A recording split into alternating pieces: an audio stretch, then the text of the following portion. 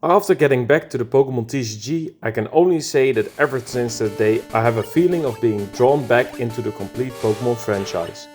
Which led me to one thing that I've never heard about: Pokémon Nuzlocke runs. I know, I was living under a big stone when it comes to stuff like this, because it's super popular, but let's just say I had my vision on other stuff. So for the people that are like me, what is a Nuzlocke Pokémon run? Well, it's basically a hardcore run with extra rules to make it more interesting and more fun. Here we go. The first rule that we have to deal with is I have a Pokémon. If it faints, it must be permanently boxed or released. So if a Pokémon dies, it's gone. Second rule, only the first Pokémon encounter of each route/area can be caught. If you defeat the first Pokémon you see, well, there was your chance. Too bad. Third rule, nickname your Pokémon. This is to create a more personal bond with your Pokémon. Instead of Charmander fainting, it's gonna be Hothead fainting.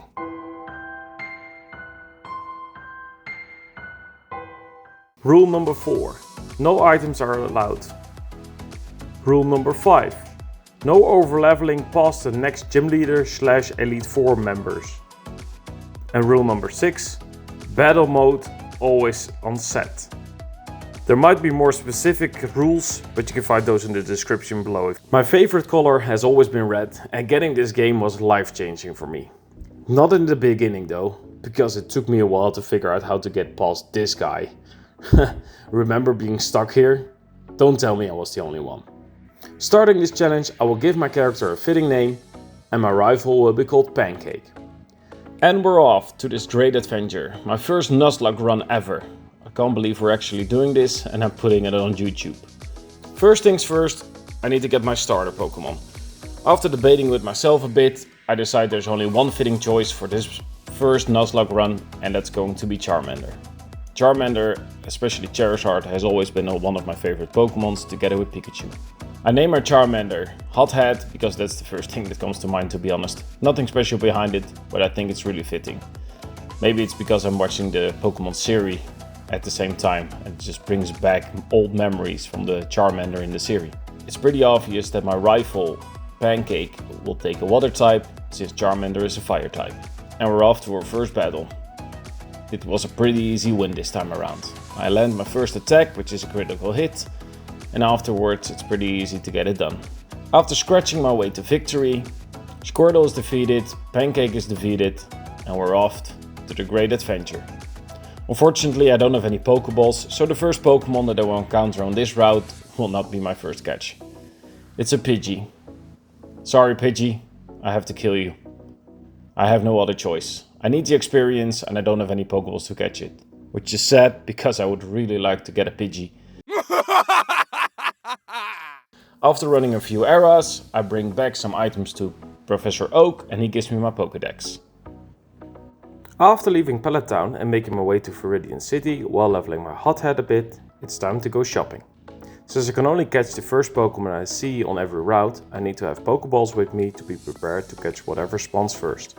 I also get some antidotes in case one of my Pokemon gets poisoned. Normally I wouldn't care that much about poison, but in a Nuzlocke run, poison is really scary. If you don't have an antidote, your Pokemon can die even outside of battle and you might not make it back to the Pokemon Center in time. I buy 10 Pokeballs and 5 antidotes to keep me safe. We continue our journey and move up to Route 2, where my first encounter is with a Rattata. After lowering its HP, it's easy to catch and our first Pokemon to add to our team. I give it the nickname Ratatouille, even though it's a letter too much. Now that I have 2 Pokemons, I need to get a bit stronger. The max level that my Pokemon can become is 14, before I need to defeat Brock, the first gym leader. Hothead is level 9, so it's time to level Ratatouille a bit before moving in Viridian Forest. The Rattata that I'm fighting is 1 level higher, which is nice because it will give some good experience, but then I am experiencing something I wasn't prepared for. Ratatouille takes so much damage that it only takes 2 hits before he actually dies. I'm heartbroken. My first catch and my first Pokemon to die in his first battle with me. That's too many firsts. What kind of trainer lets that happen to his Pokemon? Goodbye Ratatouille. But it didn't take me that long to get over the death of my Ratatouille. Because my first encounter in Viridian Forest will never happen ever again. It's a Pikachu, let's go. I don't even dare to attack it. What if my Charmander one-shot it? Pikachu? After catching Pikachu, It was time to level my Pokémon some more. The next Pokémon that I found was right after leaving the forest, which was a Pidgey. I was really happy with that and I catched it right away. Where my first big challenge is waiting for me. Gym Leader Brock. To stand any chance against the first Gym Leader Brock, I had to come up with a plan. Pikachu would not do much against Geodude or Onix. Charmander was not super effective, but could get the job done. So, that's my plan. With Hothead in the lead and Never Ever and Fly right behind him, we go into the gym to face Brook. My Hothead is level 13, which is great. My attack plan? Just go ham with Ember. And it works. Geodude falls and Hothead reaches level 14.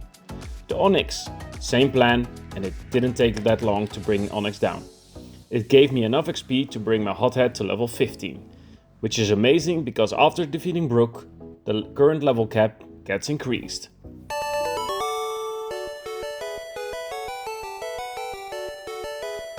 Now Brook is defeated and I finally have my first gym badge. We continue our journey. We follow Route 3, where I slaughter every trainer that's waiting for me. This gives my Hothead enough XP to evolve to Charmeleon. Unfortunately, I'm unable to catch the first Pokémon I see on Route 3, but I hope to catch a Geodude in Mount Moon. I don't get my Geodude unfortunately, but after I exit Mount Moon, I catch an Eggins, and I call it Snake. But then, disaster strikes me. First battle with Snake, and I'm not paying attention to the level of Rattata that I'm fighting. My Snake gets one-shotted. How can this happen again?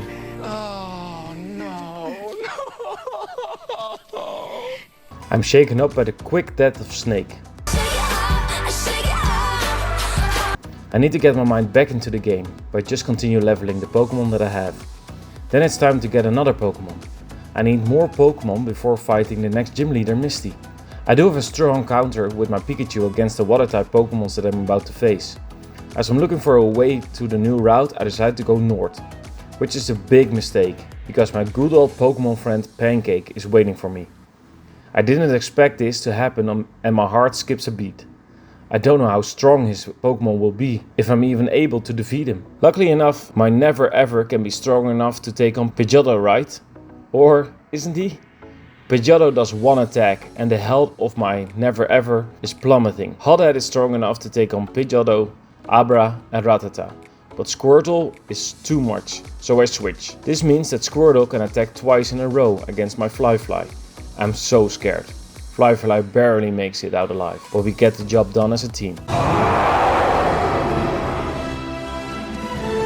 This is no joke. The feeling that you can lose a Pokémon never to be seen on your team again is so scary and stressful, but making it out alive gives an amazing feeling as a reward. I decide to follow my mission, which is finding a new member for my team. And boy, what a member did I find, Abra. But with Abra's teleport ability, I only have one chance to catch it. I throw the Pokeball, but Abra breaks free. There's the teleport incoming, but then Abra fails to teleport. I throw my Pokeball again and I catch it. Oh my god, I have Abra! Abracadabra!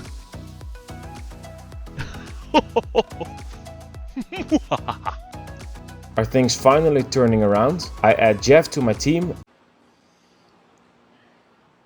My name is Jeff. And train all my Pokémons. Fly evolves to Pidgeotto, Jeff evolves to Kadabra. I have a really strong team. I'm not that scared to take on the next gym leader. Misty, the water gym leader, is my next opponent. I start off with Never Ever in the lead. Staryu is an easy kill, but Starmie surprises me with Bubble Beam, which almost knocks out my Never Ever. I have no other choice than to switch Never Ever out for Jeff. Jeff takes a couple of hard hits, but get the upper hand and bring Starmie down. I get my Cascade badge, 2 down, 6 to go.